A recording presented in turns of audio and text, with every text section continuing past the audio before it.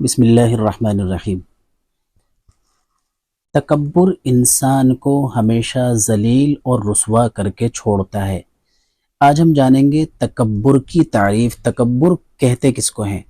تکبر کی تعریف خود کو اوروں سے اعلیٰ اور افضل جاننا، یعنی خود کو دوسروں سے اعلیٰ اور افضل جاننا اور دوسروں کو حقیر سمجھنا تکبر ہے۔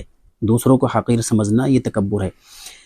انسان اللہ تعالیٰ کو دین کا تکبر ذرہ برابر بھی پسند نہیں ہے۔ تمام تعریفیں اللہ کے لیے ہیں، اور انسان جو ہے اتنا خود کے تکبر سے برباد نہیں ہوتا جتنا کہ دین کے تکبر سے برباد ہوتا ہے، یعنی دوسروں کو گناہ گار سمجھنا۔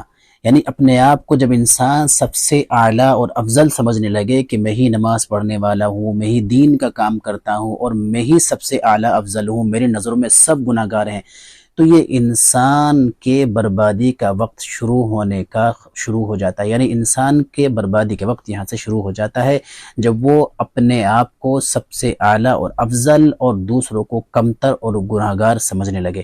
تو تکبر سے بچنا چاہیے۔ تکبر کی وجہ سے ہی شیطان کو جو ہے جنت سے راندہ درگاہ کر دیا گیا، اور تکبر جو ہے اللہ تعالیٰ کو بالکل پسند نہیں ہے، اور تکبر کرنا حرام ہے۔ یہ انسان کو ہمیشہ ذلیل اور رسوا کر کے چھوڑتا ہے۔